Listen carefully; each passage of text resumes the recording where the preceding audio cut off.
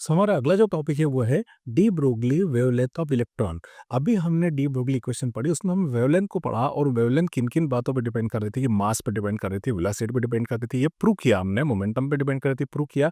अब यहाँ हम देखें कि वो डी ब्रोगली की वेवलेंथ इलेक्ट्रॉन के लिए किस प्रकार बिहेव करती है, तो वो वेवलेंथ कितनी होती है किसी इलेक्ट्रॉन के लिए, वो फार्मूला हम देखेंगे यहाँ पे और उसको प्रूव करेंगे, उसको बनाएंगे। तो देखिए, मैं आपको एक सिंपल सी बात बता दूं कि हम इलेक्ट्रॉन को क्या मान सकते हैं, एक पार्टिकल मान सकते हैं। और हम ये सब बात जानते हैं कि जो भी चीज़ पार्टिकल है उसका अपना क्या है, मास है। और यदि वो मूव कर रहा है, उसके अंदर जो स्पीड है या वेलोसिटी, डेफिनेटली उसके अंदर वेलोसिटी रहेगी। तो वो क्या होगी, उसका मास है तो डेफिनेटली उसमें वेलोसिटी भी आ जाएगी।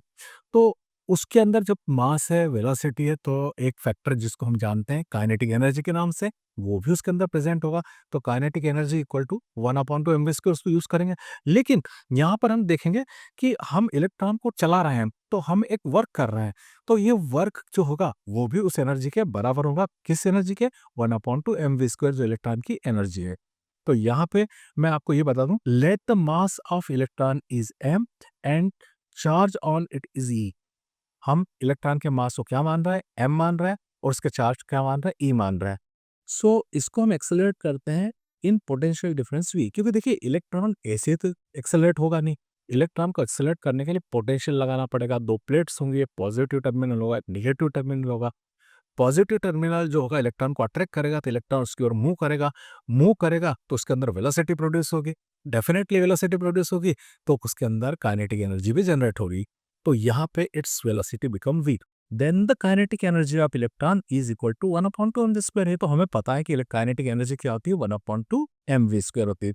And the work done on it, और हमने इसको क्या किया, पोटेंशियल डिफरेंस में रोटेट किया, चलाया है। तो उसे चलाने के लिए हमने क्या किया, वर्क किया है, तो वो वर्क का हमें पता होना चाहिए। तो देखिए, मैं आपको बता दूं कि वो वर्क क्या होता है। देखिए, वो वर्क पता है E into we.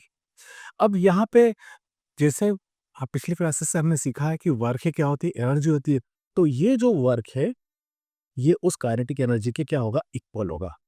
Since work is equal to kinetic energy, तो देखिए work equal to kinetic energy of electron. तो काइनेटिक एनर्जी ऑफ इलेक्ट्रॉन, तो वर्क क्या हुआ, वर्क तो हुआ W, और काइनेटिक एनर्जी कितनी हुई, 1/2 mv²। अब डेफिनेटली वर्क की वैल्यू है हमारे पास, वर्क की वैल्यू क्या है, ईवी है।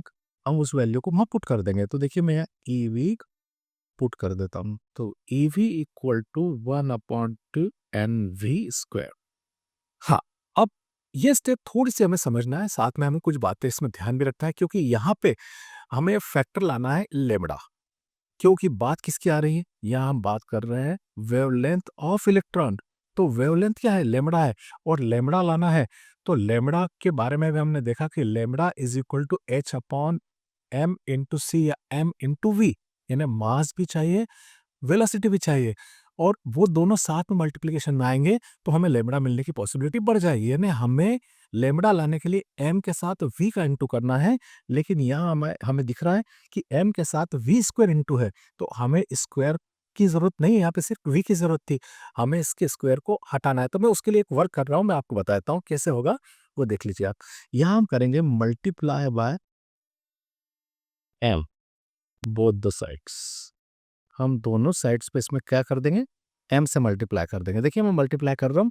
सो m/e/v इज इक्वल टू, मैं इधर m से मल्टीप्लाई करता हूँ तो ये हो जाएगा m² v²। आप सोच रहे हैं सर, आप तो उस v² हटाने की बात कर रहे थे और आपने तो इसका और दो m का भी स्क्वायर बनाते हैं। देखिए, हम क्या होगा, दोनों का स्क्वायर है तो दोनों का स्क्वायर कॉमन लेके उसको हटा सकते हैं।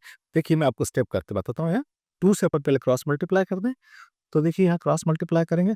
सो क्या हो जाएगा, 2m/e/v is equal to m² v²।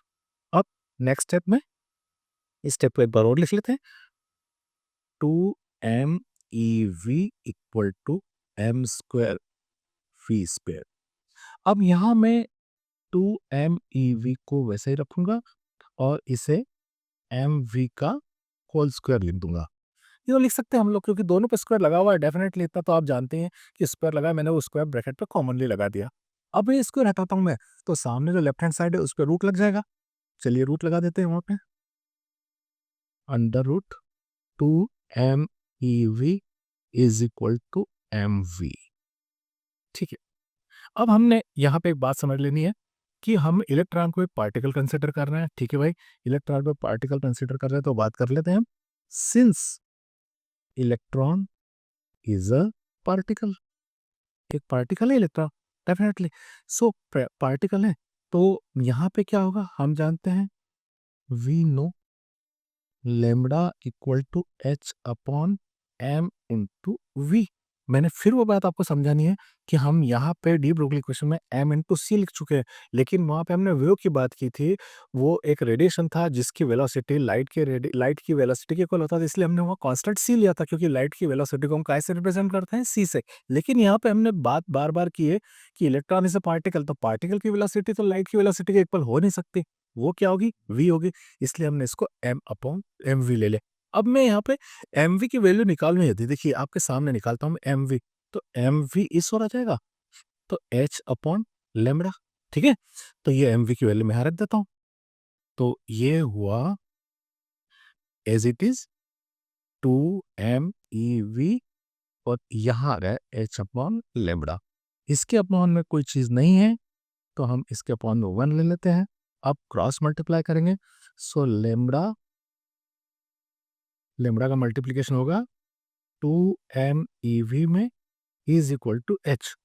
अब फाइनल स्टेप है, हमें क्या निकालना था, क्वेश्चन हमारे दिमाग में होना चाहिए, हमें इलेक्ट्रॉन की वेवलेंथ निकालना थी। तो यहाँ वेवलेंथ हमें दिख रही है, ये लेमडा वेवलेंथ है, इसकी वैल्यू हम निकाल लेंगे। देखिए मैं इसकी वैल्यू निकालता हूँ, so lambda equal to h upon 2 MeV, पर वो किस में होगा, रूट में होगा, √2 MV, जो एज इट इज ये वैल्यू अपॉन में चली जाएगी, एच के अपॉन में। तो ये जो फार्मूला मिल रहा है स्टूडेंट्स हमको, ये वही फार्मूला है जिसकी हमें रिक्वायरमेंट थी, इलेक्ट्रॉन की वेवलेंथ। अब यहाँ पे हम प्लैंक कांस्टेंट की वैल्यू जो आप जानते हैं, यहाँ पे हम मेंशन भी कर दें कि ये एच जो है प्लैंक्स कांस्टेंट है, और इसकी वैल्यू 6.64 इंटू 10⁻⁻34 जूल सेकंड होती है। तो स्टूडेंट्स ये वैल्यू हम यहाँ पुट कर देंगे।